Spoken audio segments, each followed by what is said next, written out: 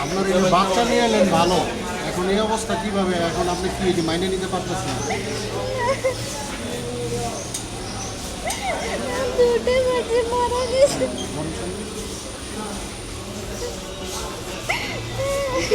একটা বাচ্চা মারা গেছে, সেখানে সেইভাবে একটা বাচ্চা নিয়ে আসা ছিল। দুইটা বাচ্চা কি হিসেবে বললাম না, দুটো বাচ্চা বলছে এখানে আমি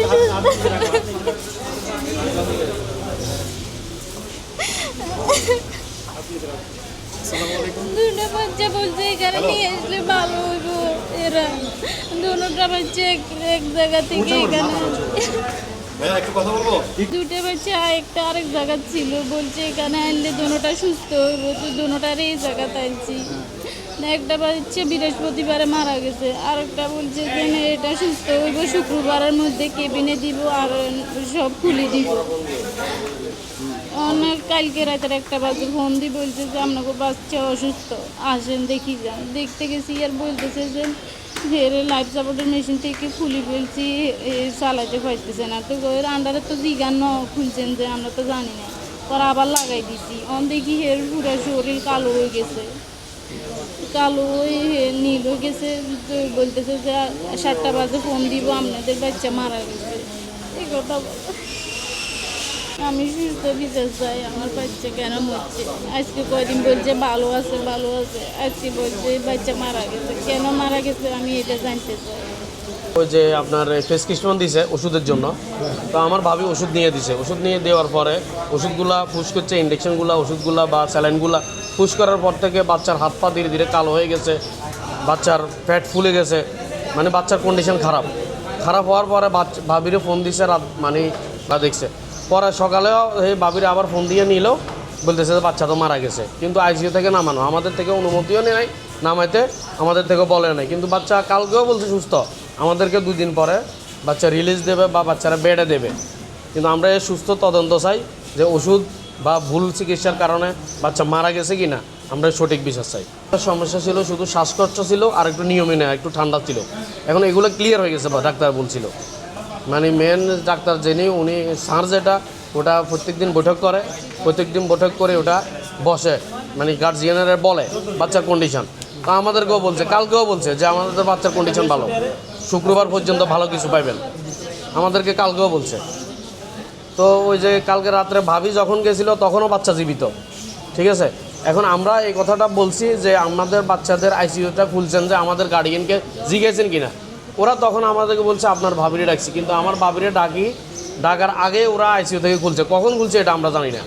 আইসিইউ থেকে খুললে কিন্তু আমাদের বাচ্চা বাঁচবে না, এটা আমরা জানি। তবে কখন খুলছে, কেন খুলছে, ওরা কেন খুলছে, ওরা খোলার কারণে বাচ্চা মারা গেছে নাকি আমরা আসলে কি না ভুল ওষুধের কারণে মারা গেছে, আমরা এটার সুস্থ তদন্ত চাই, বিচার চাই। আমাদের বাচ্চা টোটাল 2 জন মারা গেছে। আগের জন কেমন মারা গেছে?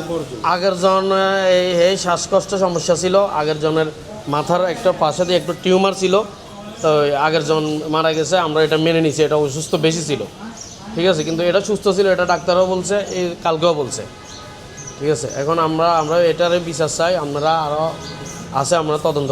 এখানে আমরা দাঁড়াইতে 1 ঘন্টার মধ্যে 5-6টা রোগী মারা গেছে, এটা আমাদের হাতে চোখে দেখা, ঠিক আছে। আর আমরা 3 তলায় ভর্তি, আমাদের 3 তলার মধ্যে একটা রুগীও এখনও সুস্থ পেরে নাই, আপনারা কয়জনে তদন্ত করেন আপনারা? এই বাচ্চা 2টা বাচ্চা জমক টুইন বেবি এখানে ভর্তি করাইছি। একটা বেবি বৃহস্পতিবার মারা গেছে, কিন্তু এখন আমাদের এই বাচ্চাটাকে নিয়ে ডাক্তারও আশ্বাস দিছে। প্রতিদিন এখানে কনফারেন্স হয় 4 তলায়, ওখানে আমাদেরকে বলে যে বাচ্চা সুস্থ হবে, শুক্রবারে রিলিজ দিয়ে দিব, শুক্রবারে বাচ্চা মায়ের সাথে কেবিনে দিয়ে দিবে, এটা বলছে। আমরা কালকে রাত্রে বোনের সাথে কথা বলছি, বোনে বললো যে ডাক্তার এভাবে বলছে, খুশি সবাই, সব ঠিক আছে। হঠাৎ করে আজকে বলতেছে যে 7টা বাজে যে বাচ্চা মারা গেছে। এটা আমরা জানতে চাচ্ছি কীভাবে মারা গেছে। আর দ্বিতীয়ত হলো এটা 14 দিনের একটা বাচ্চা কীভাবে 3টা ইঞ্জেকশন নিতে পারে কিনা একটা শরীরে। এবং কি আমরা ওখানে জিজ্ঞেস করছি এনআইসিইউতে ডাক্তারকে, বলতেছে যে এই ইঞ্জেকশনগুলো আমরা আপনাদের থেকে একজনের ইঞ্জেকশন 4-5 জনকে দেওয়া হয়, তাহলে আমাদেরকে দিয়ে কেন কিনা হয়, এটা আমাদের প্রশ্ন। 2 জন মারা গেছে, একটা ওই বৃহস্পতিবারে আর একটা আজকে বৃহস্পতিবারে।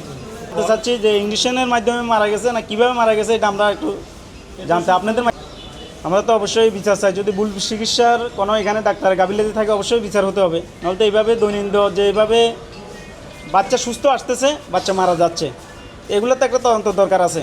সরকারও এটার প্রতি অবশ্যই তদন্ত করা উচিত। হ্যাঁ, প্রতিদিন এখানে প্রায় 3 জন 4 জন 5 জন যে ক্রিটিক্যাল বাচ্চা থেকে বাচ্চা মারা যায়, এটা হতেই পারে। যদি একটা বাচ্চা এটা ক্রিটিক্যাল হাসপাতালে যায়। প্রতিদিন 350 প্রফেসর ডক্টর মোহাম্মদ মুজিবুর রহমান, আমি একজন নিউরোলজিস্ট। এই প্রতিষ্ঠানের কি দায়িত্ব? এই প্রতিষ্ঠানে আমি চিফ কনসালটেন্টের দায়িত্বে আছি, এনআইসির দায়িত্বে আছি। জি জি বলেন। 1 নম্বর কথা হচ্ছে যে বাচ্চা তো আইসিইউতে আছে, আইসিইউতে তাকে কেউ বের করে দেয় নাই। বাচ্চা লাইফ এখানে কি অবস্থায় ছিল, বাচ্চাটা আসছিল কি অবস্থা? বাচ্চাটা এটা আসছিল, এটা সিভিয়ার প্যারেন্টাল অ্যাসপেক্সিয়া এইচআই স্টেজ 3, অর্থাৎ ব্রেনের খিঁচুনি, তার শ্বাসকষ্ট, তার নিউমোনিয়া, জন্মের সময় কান্না করতে পারে না, ব্রেনে তার অক্সিজেন নাই। জমাজ একটা বাচ্চা ছিল, আর একটা বাচ্চা ছিল ওনাদের অন্য একটা জায়গায় ভর্তি ছিল, সেটাও 3 দিন বা 2 দিন কোথায় ছিল।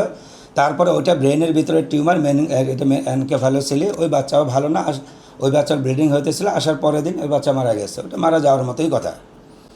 আর এই বাচ্চাটা যেটা হলো, এটা ওনারা 3 দিন বা প্রথমে কয়দিন চিকিৎসা হলো, 3 দিন বা 2 দিন 3 দিন চিকিৎসা।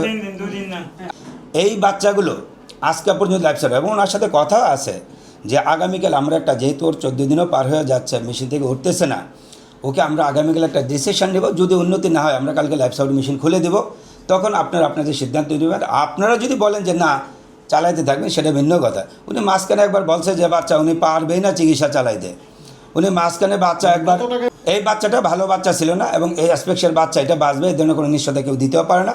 এবং এই বাচ্চাগুলো আসলে কোনো, এটা ক্রিটিক্যালি ইল বেবি, এটা নিয়ে আসলে কোনো মানে হোপ দেওয়া বা ই করা, এগুলো আসলে সুযোগও মেডিকেল সায়েন্সের বাসায় নাই। জি বলুন। আর এটা মেশিনে আছে, বাচ্চা লাইফ সাপোর্ট আছে, বাচ্চা অ্যাসপেক্সের বাচ্চা যেহেতু তার ইয়ে আছে।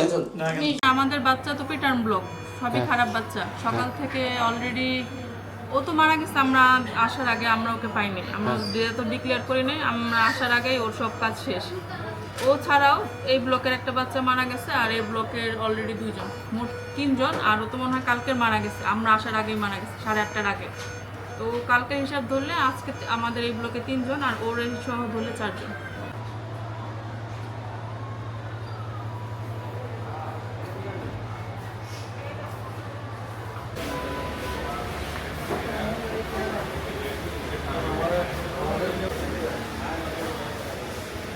আপনারা থাকেন, আমরা ওখানে যাই।